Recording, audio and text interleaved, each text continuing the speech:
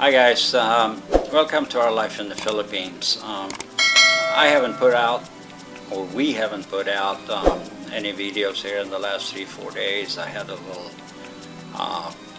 little flu coming on me, and I've been basically wanting to stay inside and try to stay cool in the air conditioner or the fan. But anyway, I was going to address a couple of subjects that has been coming up with some of our Facebook followers, and one of them is going back again to property ownership for foreigners. So this video will strictly be for foreigners, and our recommendations. If you are planning to come here, if you are planning to move here, the first thing is for you not to buy property. I always recommend that if you come here, you stay here, you live here for a year or 2 or 3, then you're in a better position to make the decision after you've been here for a while. That could probably save you a lot of money, and I'm going to give you one example of that actually happened to one of our Facebook followers. When I'm doing this, I'm doing it with the respect to Filipinos and Filipinas as well, but you should be aware that number one reason of ownership and foreigner ownership here in the Philippines is actually not allowed. There are circumstances where you can own a property, but I'm not going to touch on those today. What I'm going to touch on is sometimes people are rushing into buying a property. Land is actually cheap here compared to most other places in the world, and a lot of people, especially men coming here, they have their girlfriend, they decide to buy something, and they put it all in her name. And that's my point here today. If you're not sure and not sure about the relation, you should be very careful in investment. This particular person been here for a while, didn't seek legal counsel and help when he did this, and he went ahead and bought several properties, put them all in his wife's name, and they also owned a business together. And one of these days she decided that the relationship was over. So he is messaging us and asking, is there anything that can be done? And in that situation, my advice was to seek a legal counsel, but I think you might not be able to get anywhere with it.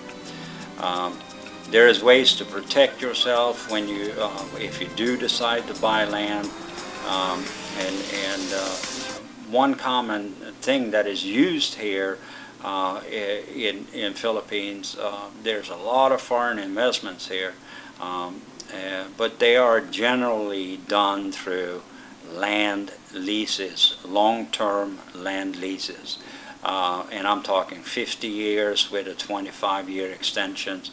I know a lot of the areas up in Clark, for instance, businesses are coming in, they're developing business areas, business centers, all kinds of things, but they're doing it not by being the owner of the land, they're actually leasing the land. Now, when you lease a land, you can actually own the building on it, but you will never be able, unless there is constitutional law changes here in the Philippines, you will never be able to own it. The only time, in my case, I could own something is if something happened to my partner, and we don't want that to happen. So So I recommend, and this is going to be a short video, I recommend you seriously to not buy, just rent a house, an apartment. They are so cheap. They're you know, my apartment here, or our apartment I should say, cost me about $195 a month. And while you do that, you get a lot of chances to research and make decisions in the future, and that's what I would recommend. Also, I want to touch on one other subject. I've had friends here that come here, and one of the things is, if you want to move to Philippines, you should definitely make sure that you have financial coverage for your medical needs, especially if you're a little older. You know, when we grow older, I'm turning 65 this year. There's always going to be a need for seeing a doctor here and there. And generally, you know, doctor visits are affordable. They cost a fraction of what they do back home in the United States. A doctor's visit here is typically, you know, 500 pesos, which comes to about $10 roughly. What I'm talking about here is the need for medical long-term care. Hospitals here, they, number one, will not treat you unless you have protected yourself and have some money. I've had people I know here,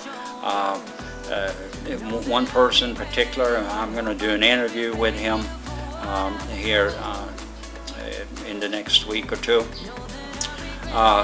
They were actually, he actually had a heart attack, and he wanted or needed a surgery, and they put him on the table but didn't opening him up and did the surgery until he actually had deposited the money into the hospital's account.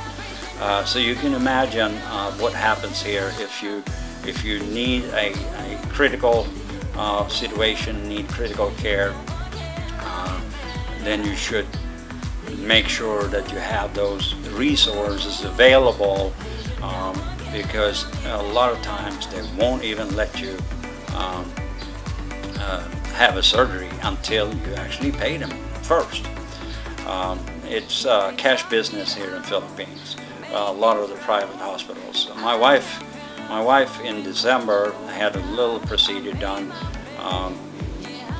basically a biopsy, and they requested us to pay prior to the procedure. And I know back home in the United States, you walk into an emergency room, they treat you, and then they ask you for money. Here they ask you for money before they start treating you. So my advice to you, if you are moving here, make sure that you have either a medical coverage. There's a lot of international insurance coverage you can get. To some extent, some hospitals here will also probably accept Medicare, Medicaid, but you got to find out which hospital does do that. So that's just a short little video. If you come here, prepare yourself, have medical coverage, and don't buy properties until you've been here for a while. God bless. See you soon.